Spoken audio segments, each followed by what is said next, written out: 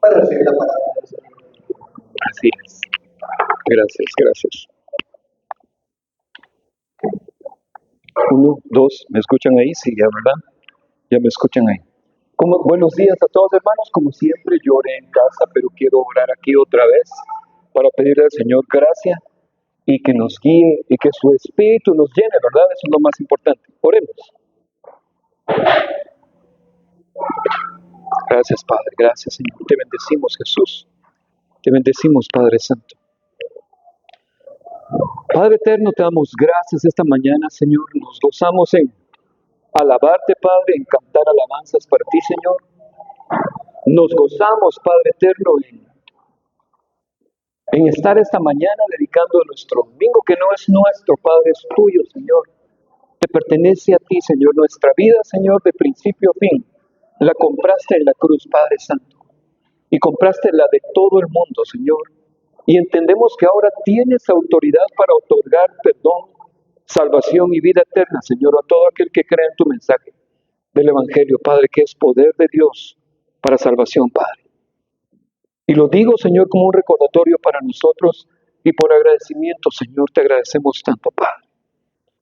Bendice esta mañana, Señor, a cada uno, Señor, el espíritu, el corazón, la mente de cada uno, Señor, y que sea tu palabra, Señor, la que llene nuestras vidas, Padre, y que tú seas glorificado como siempre, Padre. No a nosotros, Señor, sino a tu nombre da gloria, Padre, porque tú eres el único digno de alabanza y de gloria, Padre. Te glorificamos y te bendecimos, te damos gracias, Señor. Y oramos, Padre, por el único nombre, Señor, el nombre de Jesús. Gracias, Padre Santo. Amén. Nuevamente, buenos días a todos, amados hermanos. Hoy en la mañana vamos a estar calibrando nuestra fe. Vamos a hacer un poco de calibración de nuestra fe. Vamos a tocar varios puntos para que podamos analizar en qué áreas nos falta subir, en qué área está baja y tenemos que enderezar y calibrar. ¿Y dónde aprendí yo este concepto de calibración? En 2 lugares. Le quiero contar. Hay un programa de televisión, porque no es pecado ver tele, ¿verdad? Depende de lo que usted mire, que habla de un hombre que entrena perros. Ya todos saben cuál es, ¿verdad? Ya todos saben, ¿verdad? Que sí saben más de televisión que no, estoy bromeando. Entrena perros. Y este hombre lo que hace es que llega a una casa y hay un perro bravo o un perro muy cohibido que se esconde o que ladra o que muerde. Y este perro, estos perros, él dice, está desequilibrado. Hay que equilibrarlo. Tiene miedo, ha sido maltratado o ha tenido el perro incluso experiencias donde ha sido dañada su naturaleza emocional, porque los perros también tienen pequeñitas emociones también. También tienen pequeñitos, no es como el ser humano obviamente, pero también sienten, recuerdan, memorizan algunas cosas. Y entonces este hombre llega y está tratando con el perro y él tiene unas técnicas para ayudar al perro y dice, este perro está desequilibrado emocionalmente. Entonces él tiene una granja grandísima como de, me imagino que es de 50 metros por 50 metros, donde tiene como 50 perros que ya están equilibrados emocionalmente. Que un día en el pasado, igual que este perro, entraron a un lugar donde habían un montón de perros que ya estaban equilibrados emocionalmente. Entonces, cuando usted vea, si alguna vez ve, mete al perro en la jaula esa gigante y el perro empieza a ladrarles a todos y los demás perros lo miran y se van. ¿Por qué? Porque están equilibrados emocionalmente. No se dejan afectar por los ladridos de este otro perro ni por los problemas que el perro trae. Y a medida que el perro entra y se relaciona en esa sociedad donde todo está equilibrado, entonces ocurre que el perro empieza a perder sus malos hábitos. ¿Y qué ocurre? Lo que ocurre es que el perro empieza a ser equilibrado también. Entonces, eso es calibrar las emociones de un animalito.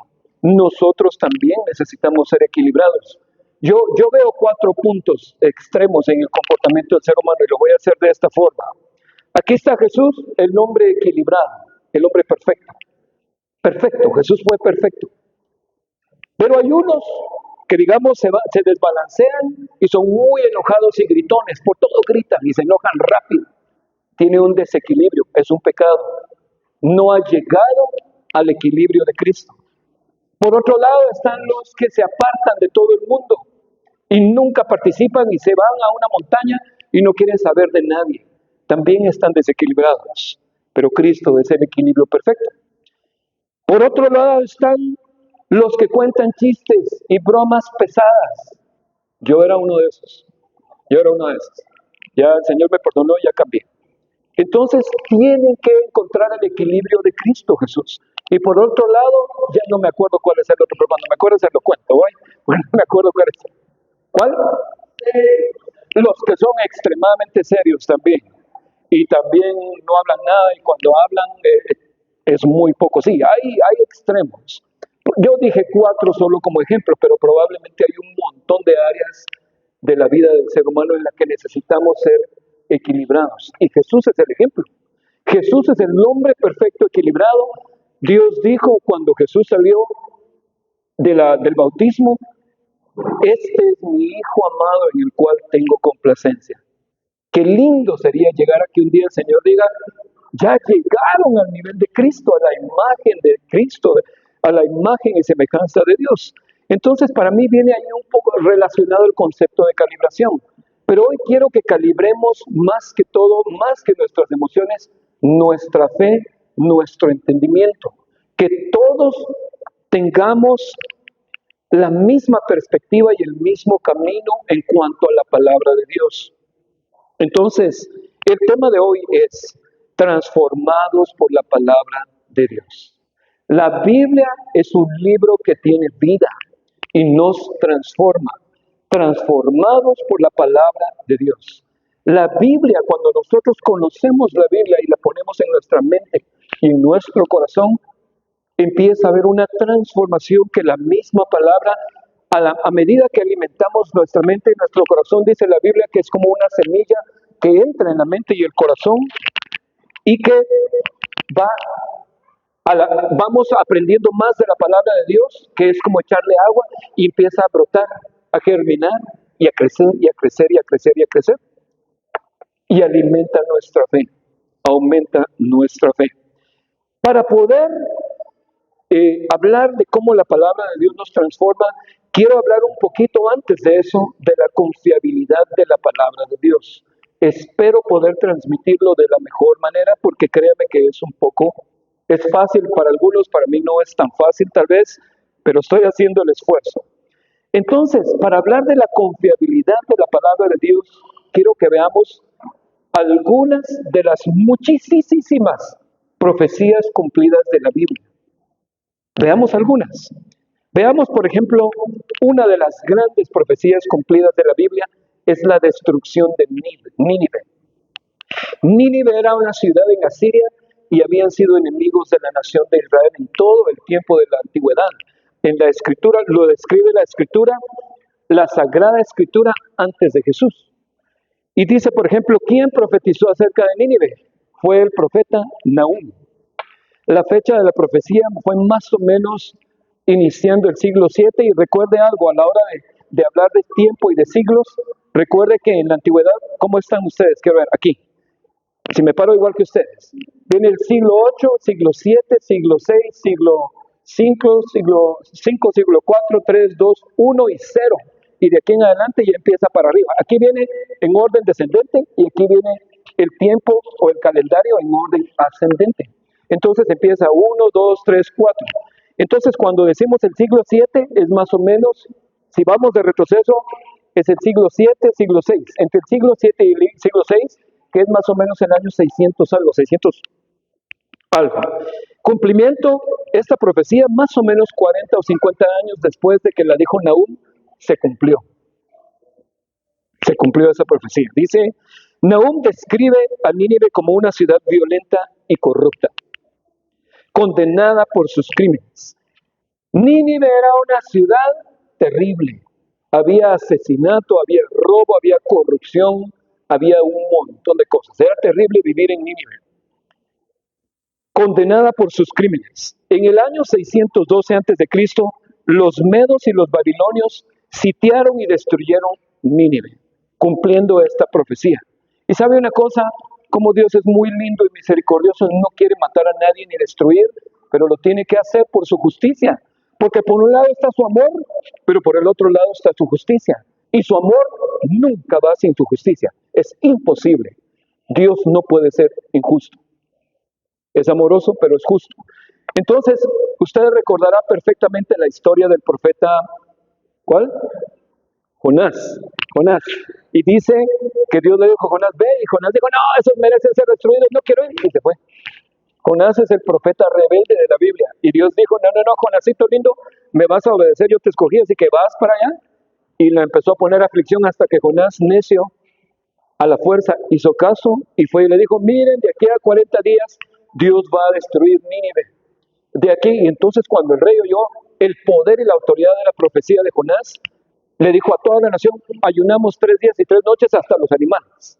Y ayunaron y nos vamos a vestir en silicio, que era la costumbre de ponerse un trapo que lastimaba la piel, era horrible, y era señal de arrepentimiento, y ayunaron 3 días, creo yo, 3 días, o 7 días, algo así, no importa, porque ahorita usted lo va a ir a estudiar en su casa, ya sabemos que usted lo va a ir a repasar. Y entonces, se arrepienten, y Dios, bueno, sí importa, pero no me acordaba, perdón. Se arrepienten, y Dios dice, se arrepintieron. Habían sido enemigos de Israel y atacaban a Israel. Pero resulta que muchos años después volvieron a cometer pecados y Dios los tuvo que destruir y la profecía se cumple. Dios destruyó a Nínive en el libro del profeta Nahum.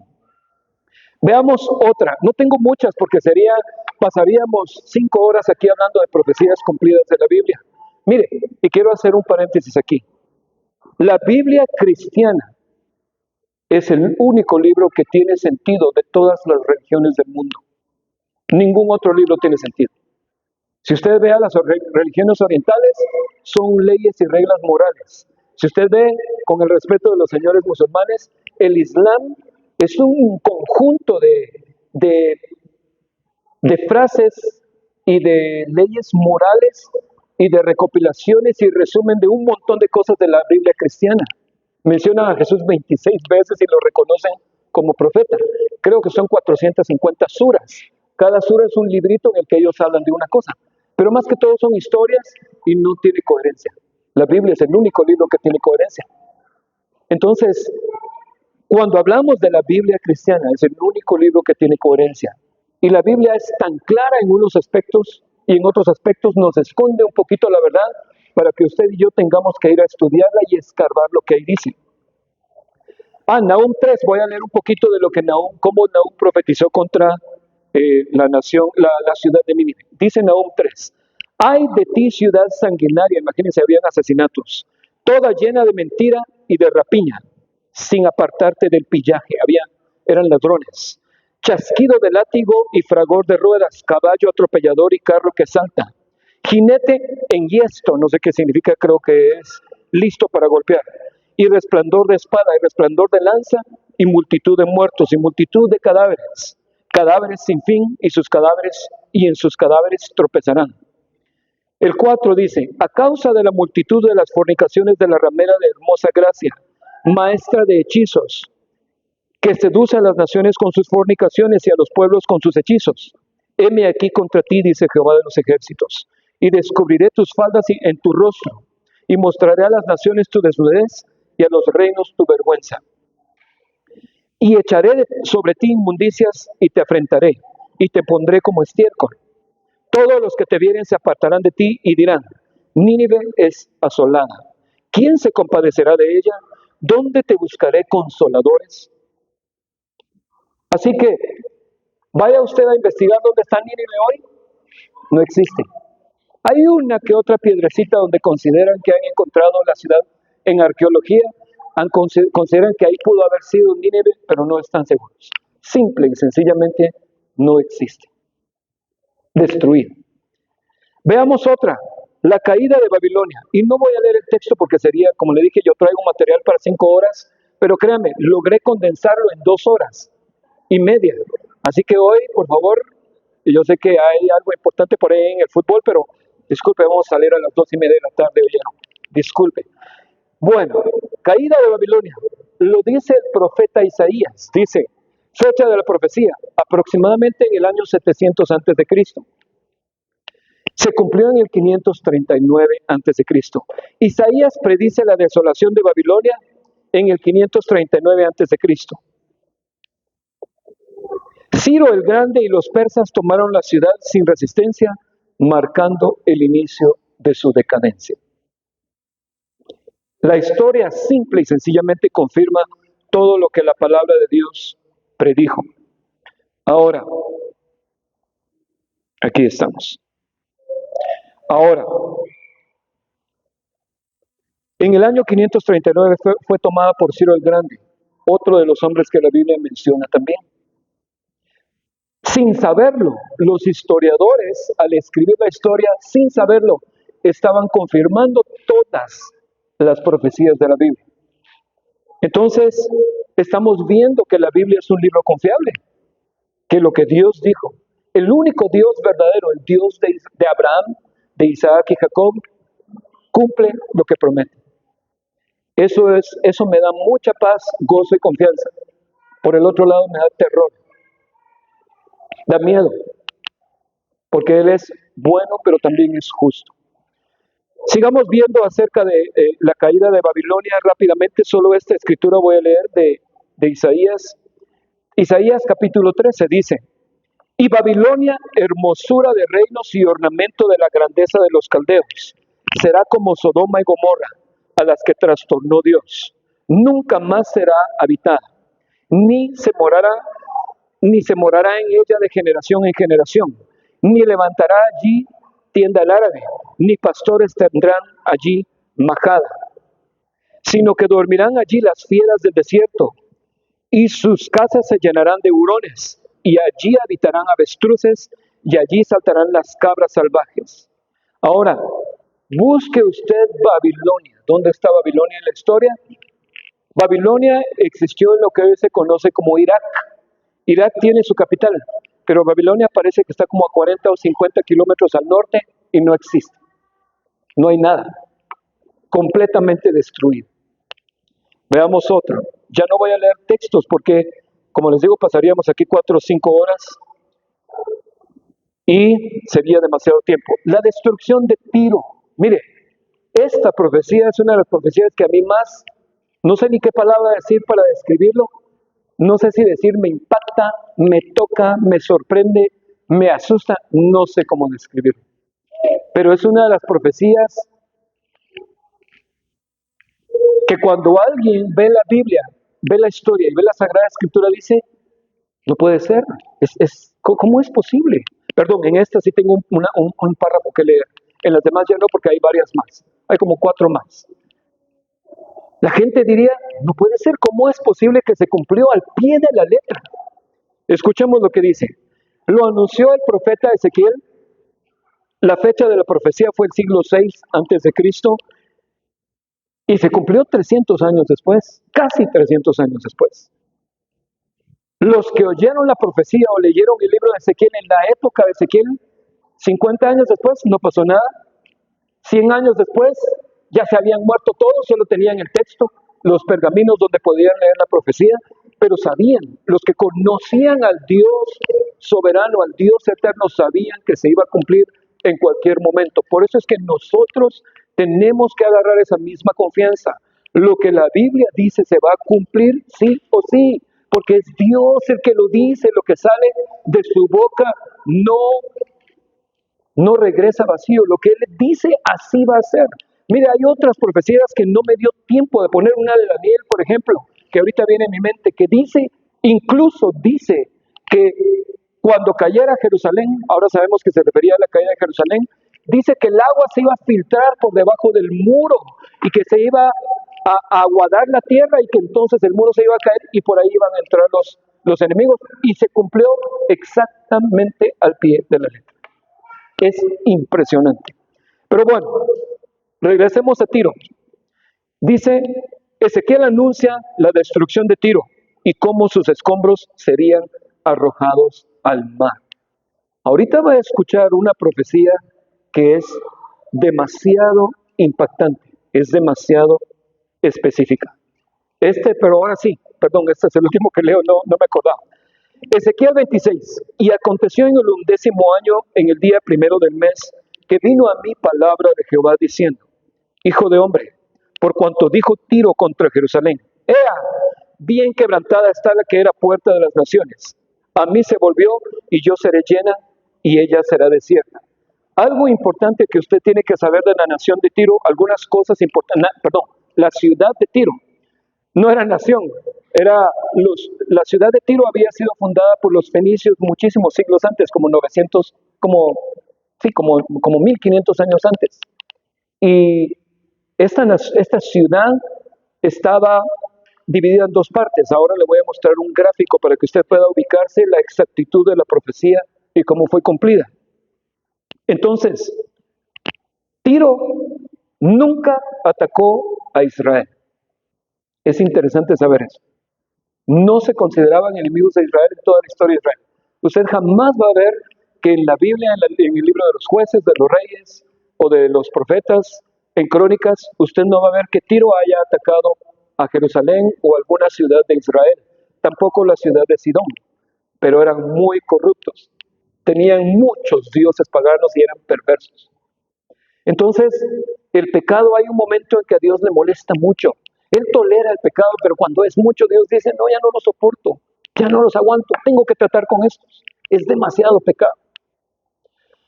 Un ejemplo de ello es lo que ocurrió en el Vesubio. Recuerda que en el año 79 de nuestra era, tan solo unos cuantos años después, la ciudad, ¿cómo se llamaba esa ciudad que vino? Ahorita se me escapó el nombre, no está apuntado aquí. Pompeya, gracias, Pompeya. Una ciudad como Sodoma y Gomorra, era terrible. Cuando entraban a las casas, las pinturas que habían en las casas, los cuadros, no eran de Antigua Guatemala, de San Lucas, de Xela, de Zacatepeques, no eran paisajes, eran cuadros sexuales. Eso era lo que ellos promovían, endiosaban eso. Era terrible, había homosexualismo por todos lados. Era una nueva versión de Sodoma y de Gomorra. Y hay testigos, están los cadáveres, yo no sé si puede decir disecados, pero están endurecidos por el azufre que cayó del volcán, que el volcán explotó y quemó toda la ciudad y cayó en el mar. Búsquenlo, Pompeya.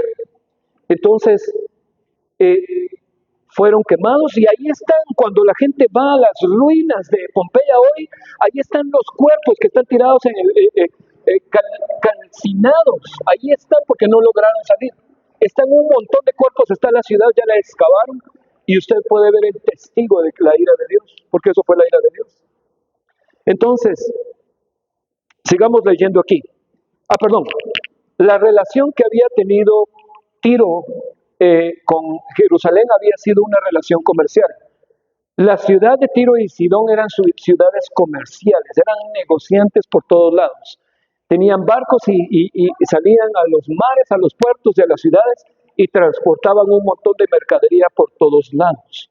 Entonces, Tiro y Sidón eran ciudades comerciantes, eran negociantes por todos lados. Y Tiro, en la época del rey Salomón, cuando quiso construir el templo, mandó a traer madera del Líbano, de Tiro. Y el rey de Tiro, que se llamaba Hiram, fue el que le envió la madera para construir el templo. Entonces, esos datos son importantes. Me voy a adelantar a un pequeño dato. Si usted recuerda, hay una reina malvada en la historia de Israel. ¿Cómo se llamaba? ¿Alguien recuerda? Jezabel, la peor de todas, inmunda mujer. Contaminó a Israel con todos sus dioses falsos que venían de Tiro y de Sidón, porque ella era sobrina de Hiram, el rey de Tiro. Jezabel, Dios incluso menciona en Apocalipsis a Jezabel y dice: no soporto la doctrina de esa mujer, dice Apocalipsis. Entonces es un dato importante porque Tiro y Sidón eran ciudades paganas que tenían un montón de dioses y perversiones terribles. Sigamos leyendo, por eso es que aquí dice: a mí se volvió y yo seré llena, porque está hablando de dinero, todo lo que están perdiendo a mí me lo van a venir a comprar, y yo seré llena y ella quedará desierta. En algún momento Tiro se alegró del mal que le estaba ocurriendo a Jerusalén. Por tanto, así ha dicho Jehová el Señor: he aquí yo estoy contra ti, oh Tiro, y te haré subir y haré subir contra ti muchas naciones, como el mar hace subir sus olas. Creo que lo copié 2 veces. Sigamos, el 4. Y demolerán los muros de Tiro. Demolerán los muros de Tiro. Y derribarán tus torres. Y barreré de ella hasta su polvo. Escucha eso, porque ese es un dato importante. Hasta el polvo iban a quitar de allí. Y la dejaré como una peña lisa. No iba a quedar nada. Tendedero de redes será en medio del mar, porque Tiro estaba a la orilla del mar, en la playa. Pero Tiro estaba dividida en 2 partes. La antigua ciudad que estaba en la orilla del mar, y del otro lado había una isla, que no era tan grande, pero no era tan pequeña. Una isla. Y allí del otro lado estaba la otra parte, la ciudad moderna de Tiro, rodeada por unos muros que parecían invencibles. Entonces, tendedero de redes será en medio del mar, porque yo he hablado, dice Jehová el Señor, y será saqueada por las naciones. Y sus hijas que están en el campo serán muertas a espada, y sabrán que yo soy Jehová. Porque así ha dicho Jehová el Señor. He aquí que del norte traigo contra Tiro a Nabucodonosor, rey de Babilonia, rey de reyes, con caballos y carros y jinetes, y tropas y mucho pueblo. Matará a espada a tus hijas que están en el campo, y pondrá contra ti torreones de sitio, y levantará contra ti baluarte y escudo afirmará contra ti. Y pondrá contra ti arietes contra tus muros, y tus torres destruirá con hachas.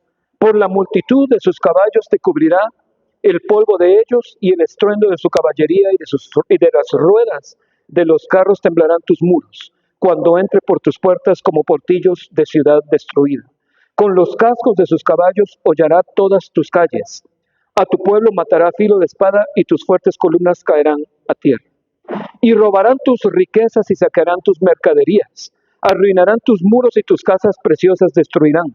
Y pondrán tus piedras y tu madera y tu polvo en medio de las aguas. ¿Eso es importante? Eso es importante. Que va a poner el polvo y la madera en medio de las aguas. Y haré cesar el estrépito de tus canciones, y no se oirá más el son de tus cítaras. Y te pondré como una peña lisa, tendedero de redes serás, y nunca más serás edificada, porque yo Jehová he hablado, dice Jehová el Señor. Ahora, esta es una profecía muy dura contra Tiro. El rey Nabucodonosor llegó a sitiar Tiro. Y recuerde, Tiro está dividida en 2 partes. La ciudad antigua, que está dentro del continente, en la playa, y la ciudad moderna, que estaba en el lado de la isla. En medio había agua, pero imagínense qué. El agua que estaba, yo lo voy a ver en una gráfica ahorita, el agua que estaba entre la ciudad y allá no era muy profunda, eran como 5 metros de profundidad. Era un poco más que esta altura. 5 metros, tal vez esta altura no sé cuánto hay. Como 5 metros de profundidad. No era muy profundo. Entonces, Nabucodonosor llegó y destruyó la ciudad que estaba en la playa, y los conquistó y los mató. Y después, Nabucodonosor intentó conquistar la ciudad que estaba en la isla. 1 año, no. ¿La sitió 1 año? No. ¿La sitió 2 años? No. ¿La sitió 4 años? No. Fue más que eso. ¿Cuántos años tardó Nabucodonosor queriendo conquistar la ciudad que estaba en la isla? Vamos a ver si podemos ver. Veamos ahí la gráfica ya. Allí está. Tiro y Sidón estaban del lado de la isla. Aquella es la isla y esta es la ciudad antigua de Tiro. Nabucodonosor sitió la ciudad de Tiro 13 años. Imagínense el desgaste para el ejército de Nabucodonosor y el desgaste para la gente que estaba dentro de la ciudad. Pero los de la ciudad de Tiro tenían una parte del mar con muros, entonces podían seguir manteniéndose. Aguantaron 13 años adentro del pueblo, adentro de los muros de Tiro. 13 años. 13 años. Y Nabucodonosor se rindió. No pudo conquistar la ciudad que estaba dentro de la isla. Ahora, cualquiera hubiera dicho, ¿ya vieron? Destruyeron la ciudad, pero no conquistaron la ciudad que está en la playa, en el continente, pero no destruyeron. Pero no la destruyeron por completo. Sí derribaron muros, pero la ciudad sigue ahí. No quedó lisa. Espérese, va a ver. Espérese, Dios cumple lo que dice. Entonces se retiró. Algunos años después, resulta que se levantó un enemigo muy ambicioso, joven, que se llamaba Alejandro Magno. Y Alejandro Magno tenía una ira contra los persas, porque 200 o 300 años ellos habían destruido a Grecia y los odiaban. En su mente todos los griegos siempre mantuvieron un odio por los persas y por los de esas regiones donde había estado Babilonia y Persia, y los medos. Entonces, aquí hay una imagen, antes de eso, perdón, podrías regresar, se me olvidó esta.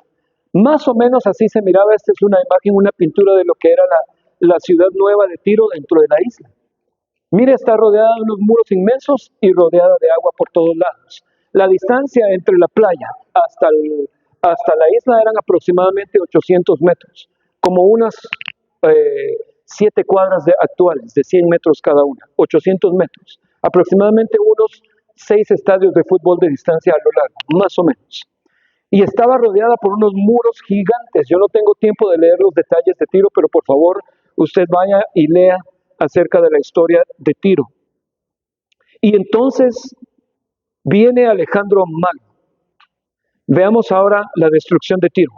Alejandro Magno cumplió esta profecía a cabalidad al construir una calzada con los restos de la ciudad para conquistar la isla fortificada. Vamos a la siguiente imagen, por favor. Cuando Alejandro Magno llegó a Tiro, que había sido parcialmente reconstruido, y había gente, la conquistó otra vez y mató gente. Pero quiso conquistar la ciudad que estaba en la isla y se lo propuso. Y entonces Alejandro Magno construyó aquí un terraplén o un como muelle, un como puente entre la ciudad, ya que no era muy profundo. Y él dijo, tengo que conquistar a estos, son mis enemigos. Y se opusieron, se habían opuesto a él. Y para no hacerlo largo, hermanos, Alejandro Magno hizo que se cortaran los árboles del Líbano y empezó a llenar, puso maderas a los lados donde no era muy profundo y llenó de arena y de tierra y de madera.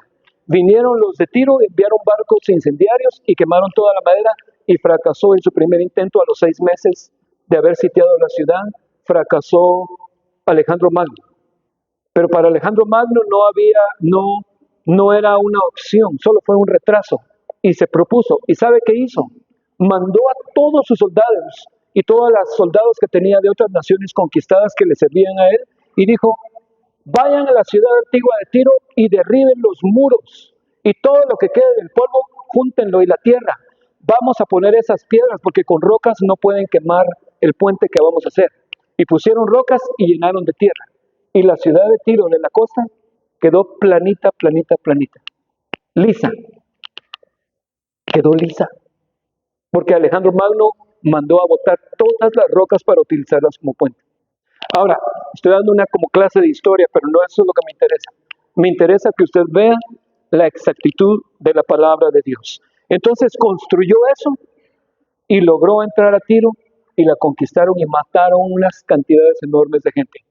Cientos de miles de personas murieron, a los demás los vendieron como esclavos por toda Asia y África.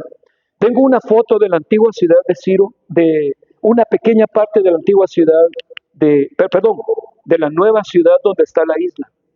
Estos son, ¿cómo se dice? Restos arqueológicos de la isla donde estuvo la ciudad de Tiro. Allí está, hermanos, el testigo está ahí. No hay pierde. Alguien dijo, Dios tarda, pero no olvida, ¿verdad? Y es cierto, esos dichos populares son ciertos. Entonces, luego Dios viene y hay otra profecía que dice la destrucción de Moab. Profeta Jeremías, siglo 6, cumplimiento siglo 5. Jeremías dice, Moab será destruido, dejará de ser pueblo porque se engrandeció contra el Señor. Jeremías profetiza la caída de Moab por su arrogancia y oposición a Israel. Los babilonios conquistaron Moab cumpliendo esta profecía. Si usted viera los detalles de cómo Moab fue enemigo de Israel, se asustaría. Porque cuando Israel fue perseguido, los moabitas se unieron a los enemigos de Israel, y el ejército que no pudo matar a los que escapaban, los moabitas estaban en las montañas y las familias que venían con su esposa, con los hijos, Entre los moabitas los acuchillaban y los mataban en las calles, y los dejaban muertos, hombres, mujeres y niños, parejo, y los asesinaban. Eran malos, eran malvados los moabitas. No existe Moab hoy. Destrucción de Edom, profeta Abdías. Fecha aproximadamente el siglo VI a.C., cumplimiento el siglo IV, como 200 años después. Texto bíblico, Abdías 1:10. Por la violencia contra tu hermano Jacob, te cubrirá la vergüenza y serás destruido para siempre. Edom, descendiente de Saúl, se regocijó en la caída de Judá. Los nabateos ocuparon su territorio, cumpliendo la profecía, y desapareció Edom. Hoy en día no existen edomitas. Existen los de Gaza. Gaza existe, que eran filisteos, pero edomitas no hay.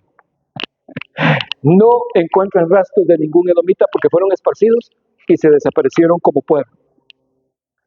Indicios creen ellos que tienen los historiadores, creen. La destrucción de Amón, no voy a leerlo más. El 7 también, destrucción de Egipto. Hay algo muy particular acerca de Egipto que a mí me llama mucho la atención. Dios dice, te voy a destruir, le dice Dios a Egipto, y nunca más vas a volver a ser una potencia mundial. En mis palabras, ¿verdad? Perdóneme, en mis palabras, parafraseando. Nunca más serás un reino poderoso. Le pregunto, ¿Egipto ha sido un reino poderoso desde que fue destruido? No, la respuesta es muy sencilla. Egipto no es una nación avanzada. De hecho, es una nación atrasada y bastante pobre. Nunca jamás volvió a ser una potencia mundial. Jeremías advierte que Egipto será conquistado por Babilonia. Esto se cumplió bajo Nabucodonosor también. Entonces, el 8, destrucción de Sidón, una ciudad que está en la misma isla donde estaba Tiro. Ezequiel lo profetizó en el siglo VI, en el siglo IV a.C. se cumplió. Ezequiel 28:2 dice, y sabrán que yo soy el Señor cuando haga juicio sobre ellos. Sidón sufrió repetidas invasiones, culminando con su sometimiento bajo Alejandro Magno. Creo que hay una ciudad reconstruida en Sidón, pero es muy moderna, es muy reciente. Ahora vamos a algunas cuantas profecías cumplidas de Jesús. La Biblia en el llamado Antiguo Testamento, que es la Sagrada Escritura antes de Jesús, habla del nacimiento virginal de Cristo. En Isaías 7:14, se profetizó que el Mesías nacería de una virgen, y según el Nuevo Testamento, esto se cumplió con el nacimiento de Jesús en Mateo 1:22. Usted probablemente ha leído la historia. También se profetizó que nacería en Belén. Belén era una ciudad muy pequeña. Y entonces todos los eruditos de la edad antigua se preguntaban, en Belén, pero si Belén es pequeño, si Dios va a levantar a alguien, tiene que ser de una ciudad grande y poderosa y rica.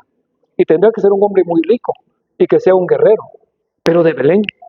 Miqueas 5:2 dice que la profecía decía que el Mesías nacería en Belén. Y Jesús nació allí según Mateo 2:1.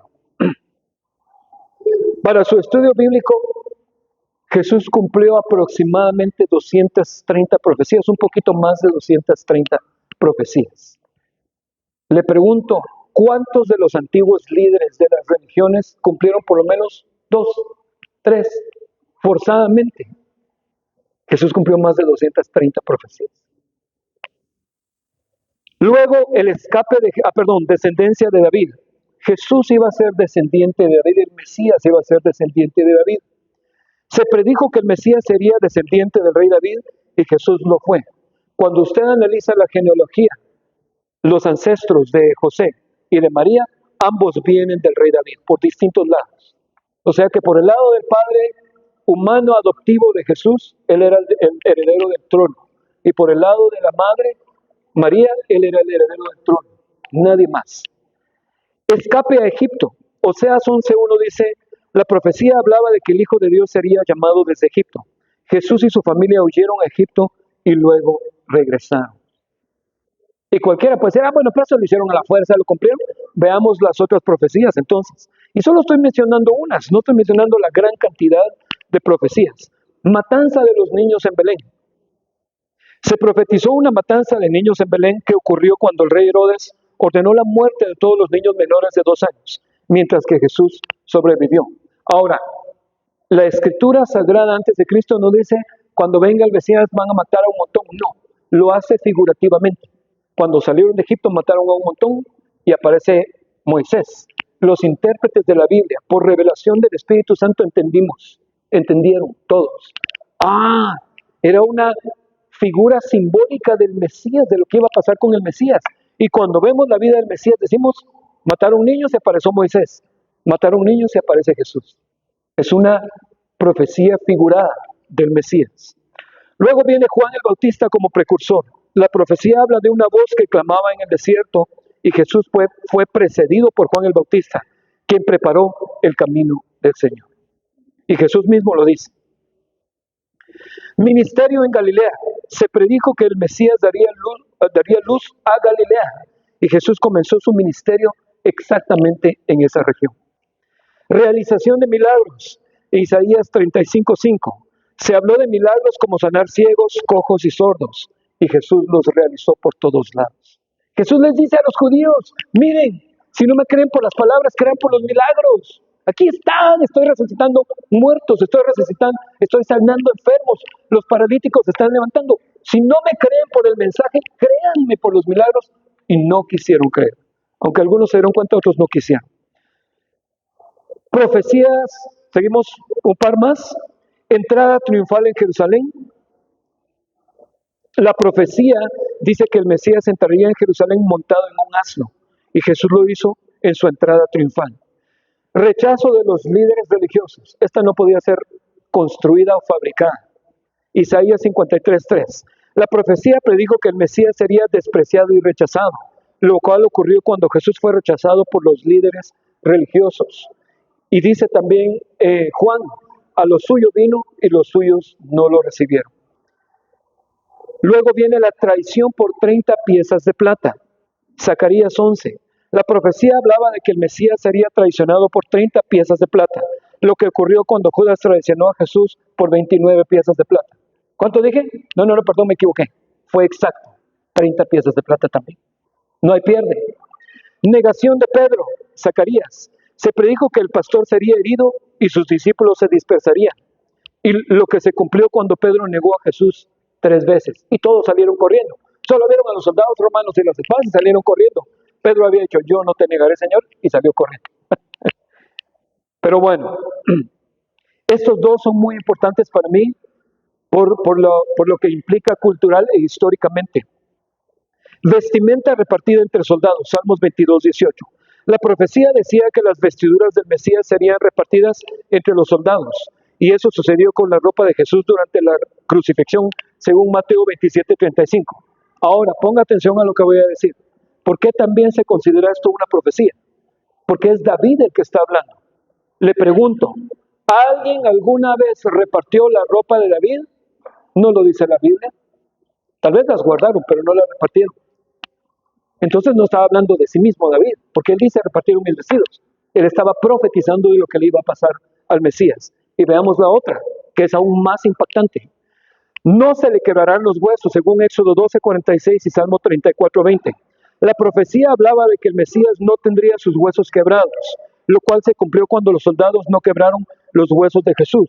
Culturalmente o históricamente, los romanos, cuando los hombres no se sabía si los que estaban crucificados habían muerto todavía, para que asegurarse de que habían muerto, les quebraban los huesos de las piernas, para asegurarse de que si no se habían muerto, pues no escaparan corriendo tampoco. Algo así es la idea. No se la puedo confirmar, pero ese es el indicio que existe. Pero cuando los soldados llegaron y dijeron, no, este ya murió, y no le quebraron los huesos.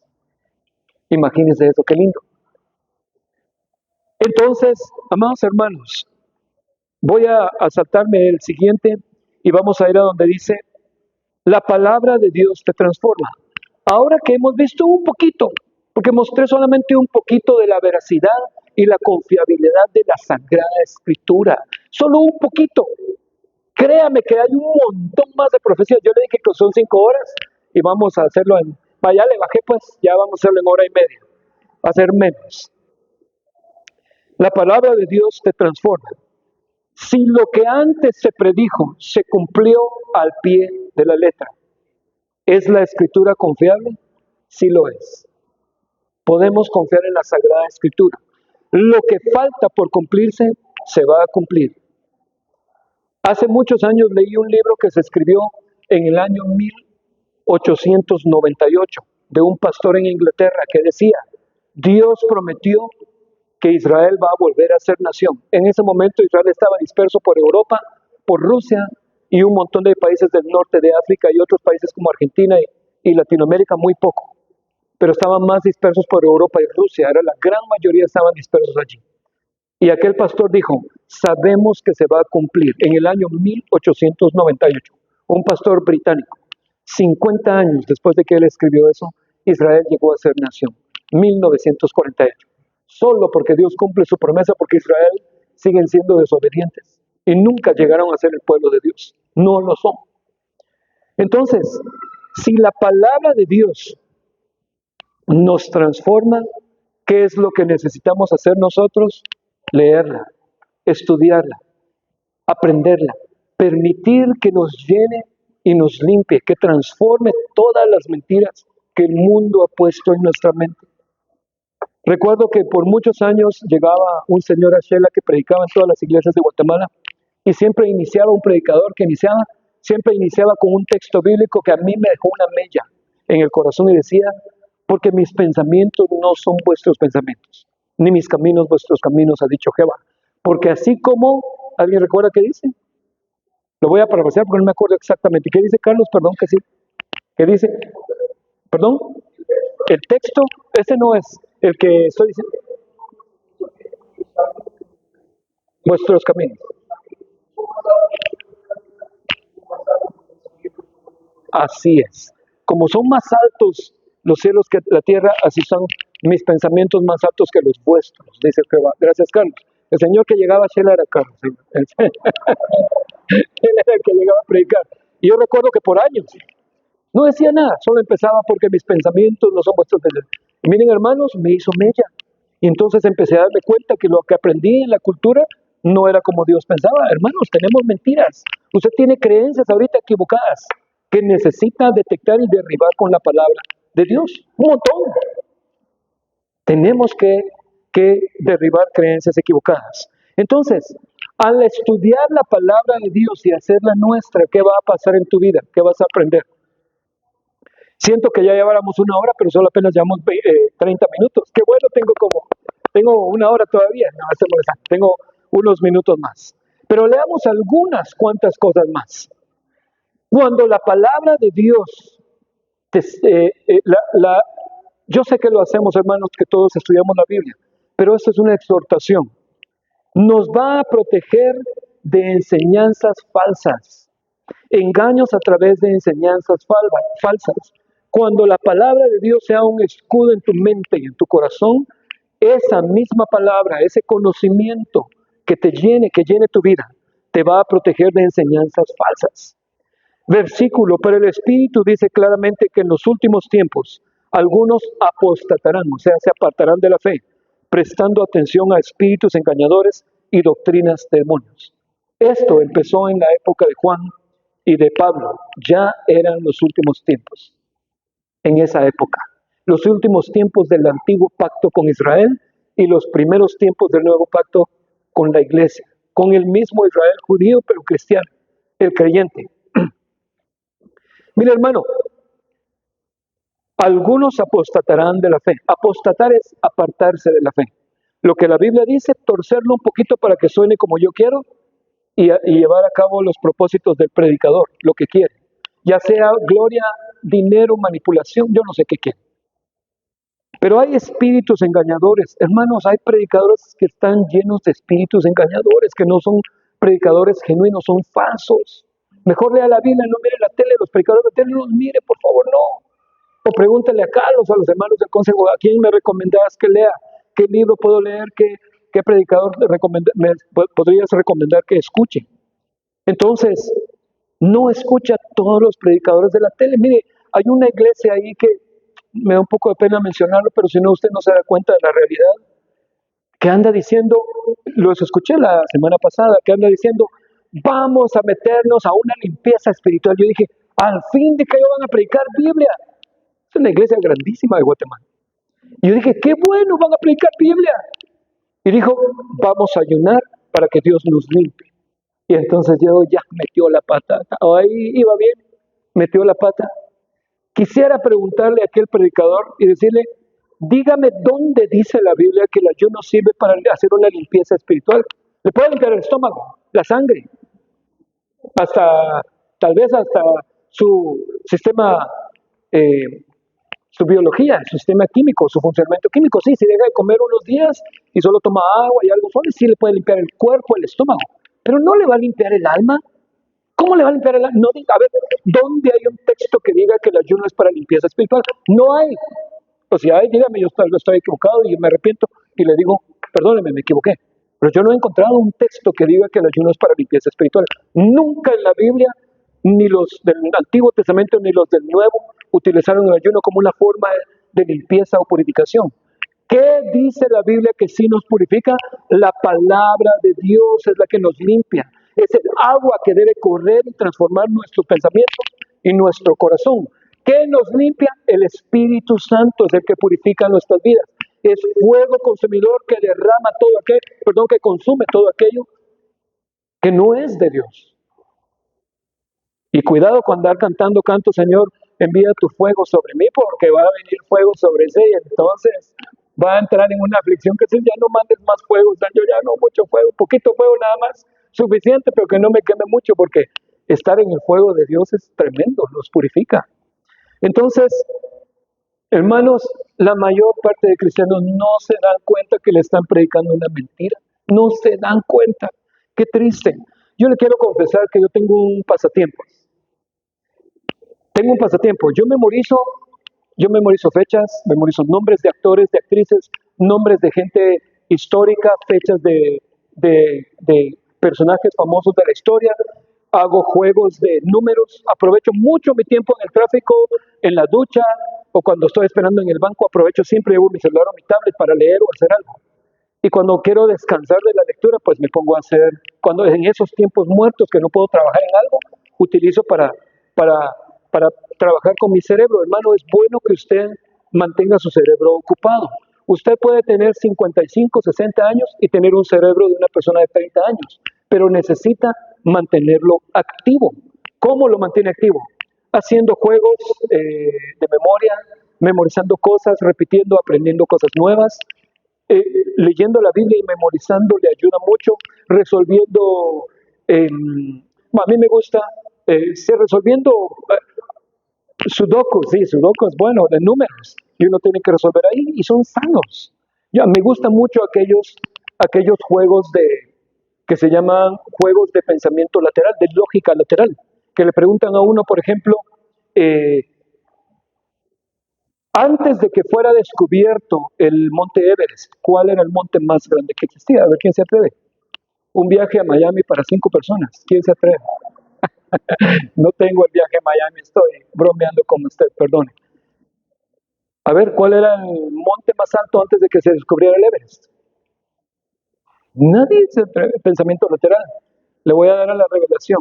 Usted va a decir, no me sé el nombre, pero había uno, ha de pensar usted, sí había uno que era más alto que el Everest. Lo voy a decepcionar, porque el monte más alto antes de que se descubriera el Everest era el Everest, solo que no lo habían descubierto.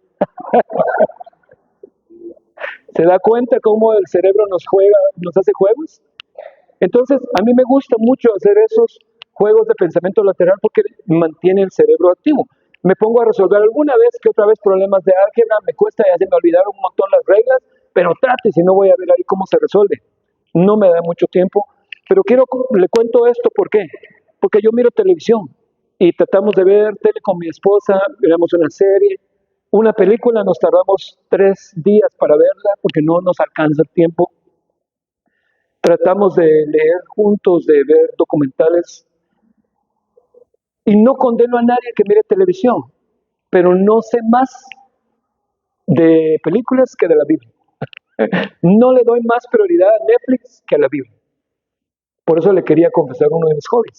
Porque a pesar de que sí miro televisión y no condenamos a nadie, está bien, solo cuide sus ojos y lo que mira, está bien, le distrae, está bien, le ayuda a mantener su mente, descansar su cerebro, está bien, no está mal, no condenamos a nadie. Pero necesitamos darle más prioridad a la palabra de Dios. Y para concluir, Otra cosa que la palabra de Dios nos va a mantener, de lo cual nos va a mantener limpios, es del relativismo moral. No hagáis yugo desigual con los incrédulos. ¿Qué compañerismo tiene la justicia con la injusticia? ¿Y qué comunión la luz con las tinieblas? No tiene compañerismo. Pero algunas personas dicen, no, hombre, esto está bien, hagámoslo, no hay clavo. O juntémonos con estos que son borrachos y buenos, pero son buenos cuates. Son drogadictos, pero son buenos cuates. Son mentirosos, pero son buenos cuates. No puedes hacer eso. Eso se llama relativismo moral. Tener doble moral. No podemos hacer eso. Otra cosa, el sincretismo religioso. Yo soy el camino, la verdad y la vida. Nadie viene al Padre por mí. O sea, no hay otro camino hacia el Padre, solo Jesús. La religión no te lleva a Dios, solo Jesús. Doctrinas, falsas doctrinas no te llevan a Dios. Combinar lo que hacen los sacerdotes mayas con el cristianismo es falsa doctrina con doctrina verdadera. Mezclarlo, eso se llama sincretismo. El abandono de la santidad personal. La Biblia va a cubrir tu mente, tu corazón, para que no abandones tu santidad personal. Seguir la paz con todos y la santidad, sin la cual nadie verá al Señor, dice Hebreos 12:14. Por eso es importante que nos congreguemos, hermanos. No falte, no deje de congregarse, porque si no se enfría, y es cierto, se enfría. La falsa espiritualidad sin fruto. Versículo, no todo el que me dice Señor, Señor entrará en el reino de los cielos, sino que hace la voluntad de mi Padre que está en los cielos.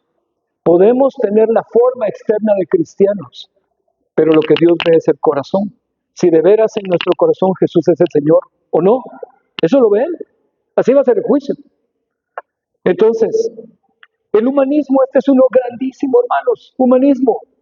Ideas humanas metidas dentro de la Biblia, dentro del cristianismo. Lo que acabo de decir, vamos a hacer una limpieza, así que vamos a llenar 20 días. Eso es humanismo. Eso no es bíblico. Es una idea de hombre. Recuerde que el humanismo es, el siguiente, si fueras tan gentil, gracias. Seréis como Dios. Dios le dijo a Adán y Eva, no coman, pueden comer todos menos de ese. Porque el día que coman de él, va a ingresar en ustedes el conocimiento del bien y del mal. Y entonces viene la serpiente los tienta y le dice, ajá, mire, Dios sabe que cuando ustedes coman de ese fruto, ustedes van a ser como Dios. Qué atractivo ser como Dios, estar en medio, tener la sabiduría, decidir yo por mí mismo qué es bueno y qué es malo. Qué lindo ha de ser eso. Definir mi propio bien y mi propio mal y el de los demás. Decir lo que es bueno en contra de lo que la Biblia dice y decir lo que es malo, en mi propia opinión, en contra de lo que la Biblia dice que es malo. Entonces, a los niños hay que darles vara, pero muchos dicen no hay que darles vara. Definiendo tu propio bien y tu propio mal. No, a los viejitos hay que internarlos en un ¿cómo se llaman esas casas, hogar? Es mejor para ellos. Definiendo tu propio bien y tu propio mal en contra de lo que la Biblia dice. El hombre comió del fruto y efectivamente, después de que internalizó el fruto del bien y del mal, el bien y el mal emanaba de él, como si fuera Dios. Antes de eso, emanaba de Dios. Su bien y su mal estaba en Dios. Y ese sigue siendo llamado hoy en día. Que nuestro bien y nuestro mal venga del Padre Eterno, no de nosotros mismos, ni del humanismo. Eso es el humanismo, es sencillo. Es tan atractivo, hermanos, el humanismo es tan atractivo. Es bonito, porque te exalta, te pone como centro. Eso es el humanismo. Materialismo disfrazado de cristianismo. No os hagáis tesoros en tierra donde la polilla y el orín corrompen, está cortada la palabra, y donde ladrones minan y hurtan. Materialismo disfrazado, y hay un montón más. Hubiera querido poner una lista de 30 cosas. Otra cosa que no está escrita ahí, hermanos, y con esta concluyo, es el perdón. Usted necesita perdón. Si usted tiene algo contra alguien, perdone. Es necesario. Allí sí hay limpieza, mire. Bíblicamente sí hay limpieza del corazón. Le voy a contar una revelación que tuve hace muchísimos años. Estaba leyendo yo la Biblia un día y no se imagina dónde tuve la revelación. No se imagina dónde tuve la revelación. Estaba leyendo la Biblia un día donde decía Pondré mis leyes en sus mentes y en sus corazones. Entonces dije, bueno, el ser humano tiene mente y corazón. Aprendí eso. Segunda cosa, estaba leyendo también donde dice, y yo me los perdonaré sus pecados y no me acordaré más de sus pecados. Y entonces yo dije, bueno, Dios olvida, pero me entró una duda. ¿Dios olvida algo? ¿Cómo puede ser que Dios no entendí? Y un día estaba leyendo curiosamente una revista científica en papel y decía en la revista científica, y ahí tuve la revelación, decía la revista científica que los científicos descubrieron que en el corazón hay un líquido que no se notaba antes, pero que ese líquido es capaz de retener recuerdos de alguna manera. El corazón también retiene recuerdos. Y entonces yo pienso que el Señor me lo mostró o se me abrió el entendimiento de porque Él quiso. Llegué a la conclusión. ¿Puedo estar equivocado?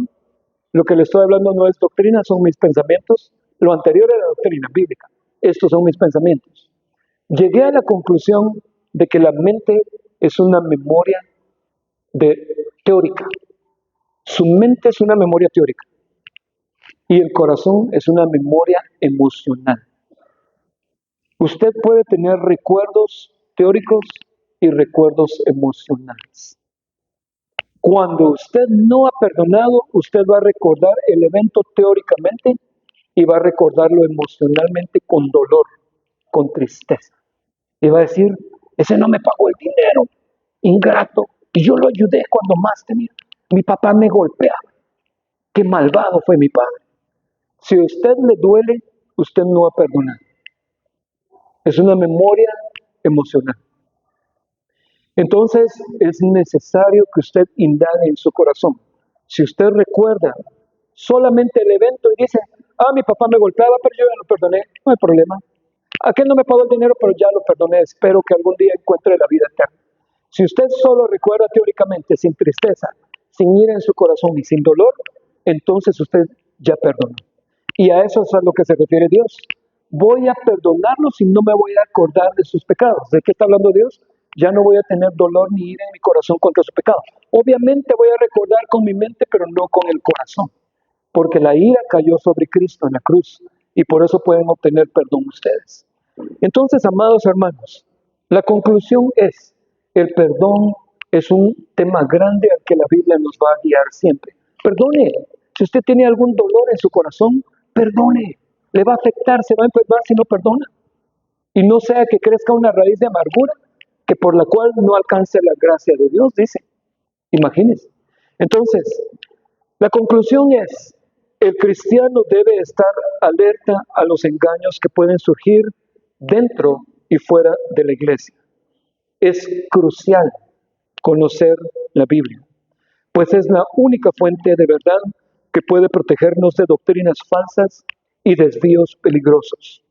Mantenernos en la palabra, la oración y la comunión con otros creyentes es clave para mantenernos firmes en la fe.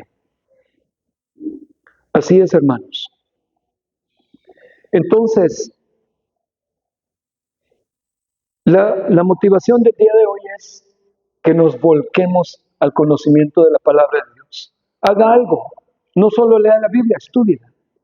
Estudie. Lea, pero también estudie. Y no solo estudie. Lo más importante de todo, mire cómo la aplica a su vida, a su corazón. ¿Cómo puede aplicar lo que está aprendiendo ahí con los compañeros de trabajo, con el jefe, con los subalternos o sus empleados, con los amigos, con mi familia, con mis hijos, en todo ámbito de su vida, con mis negocios? ¿Cómo puedo aplicar la palabra de Dios a mi vida? Y la Biblia es muy práctica. Perdonar es práctico, no es algo místico. Es bien sencillo. Siéntense en su cama y diga, Señor, me afecta lo que este me hizo, lo que aquella me hizo. Hágalo. Perdone y diga, Señor, no sé cómo funciona esto, pero yo perdono a esta persona. Dame tu gracia para poder perdonar.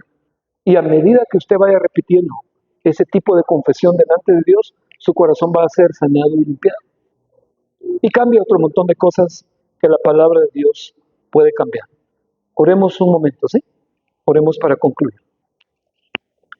Padre, te damos gracias, Señor.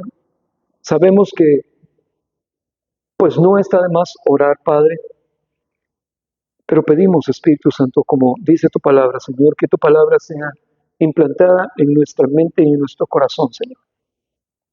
Ayuda a cada uno, Padre. Ayúdanos en este tiempo difícil, Padre, porque luchamos contra esta carne, Padre, todos los días. Luchamos contra este cuerpo débil, Padre Santo. Ayuda a mis hermanos, Padre. Que sea expandido el entendimiento de cada uno, Padre. Que el conocimiento de tu palabra llene nuestra vida, Señor, y que sea, como dice tu palabra, Señor, que desde el interior de cada uno corran ríos de agua viva, Señor. Que sea tu Espíritu Santo el que fluya en nuestra mente, en nuestro corazón, en nuestra boca, Padre, hacia otras personas, Padre Santo. Glorifícate, Señor, en la tierra, Padre. En el nombre de Jesús. Gracias, Padre. Amén. Amén. Amén. Amén.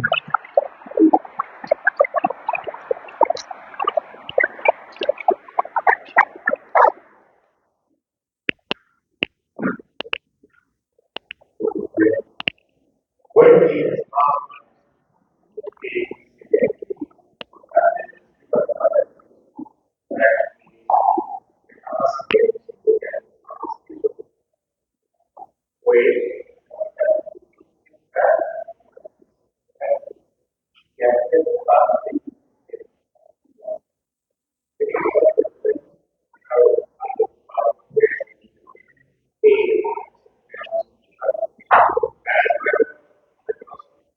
Gracias por llevarte a los niños.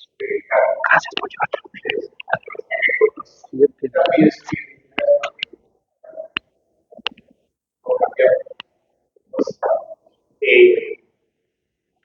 igualmente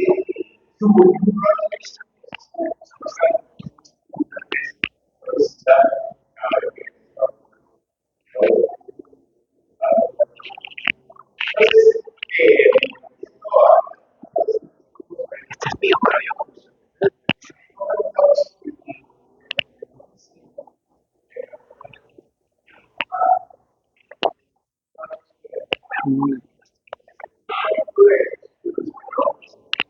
más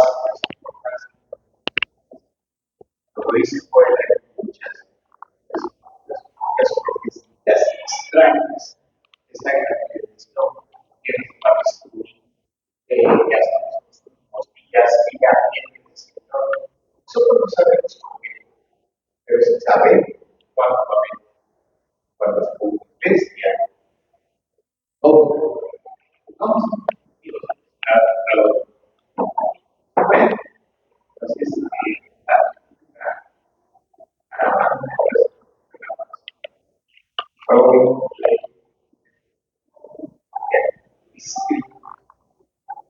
entonces, tenemos anuncios para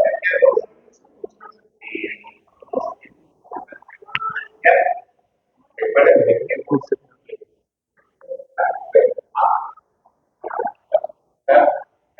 Para mí está muy difícil.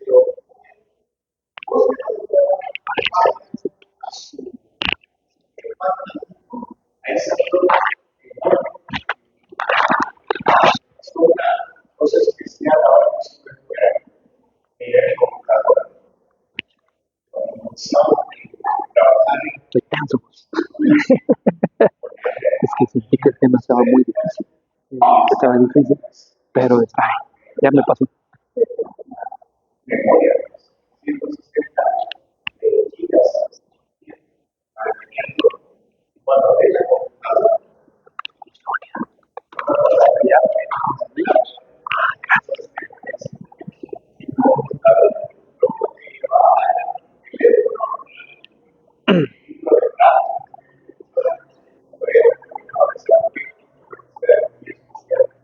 entonces eso es lo que para mí, pero puedes voy acá, entonces, todo esto, a pesar de que amamos Así es. Dios, todo lo que estamos haciendo, donde no es una cosa, no hay amenazas. Entonces, bueno, es difícil cuando el cuerpo humano ya no entiende lo que está diciendo. Para explicar que no se entiende, se concreta todo lo que tiene sus ideas, las más cambian, porque es necesario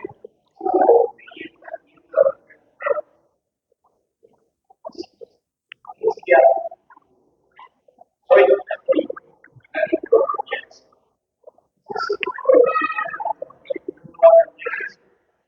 Gracias, Messi. Mis otros zapatos. Vaya, lo tengo.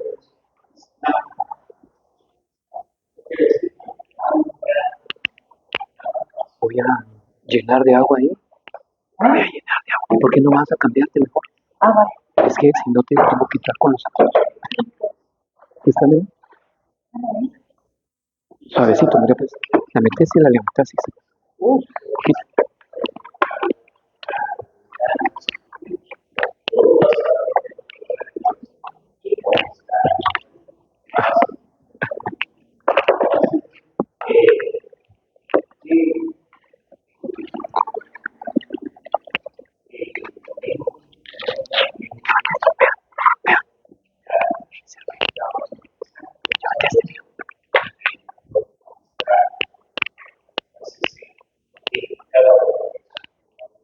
Yo sufro.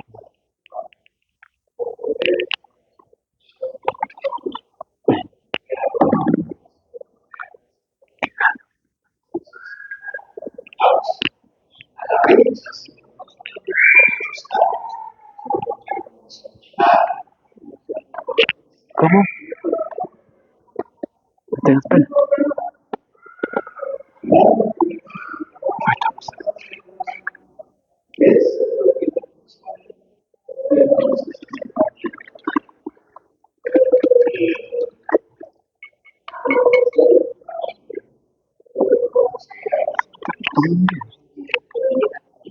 ¿Cómo?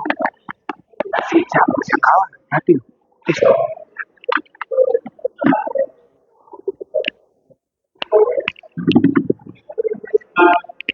TikTok. entonces, creo que está hecho todo y mucha presión en las Sí, seguro.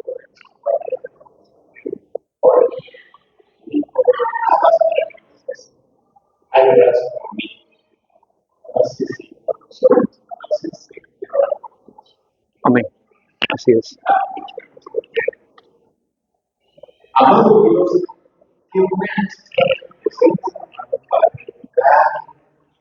llevar canciones, Gracias, Padre Santo.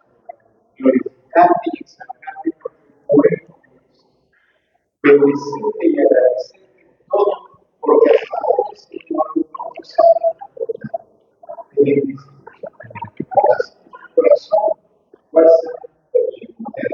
Sé que lo puedes, Así es. gracias, algo, Sí, Señor. bendiga, Sí, Padre Santo. bendigo a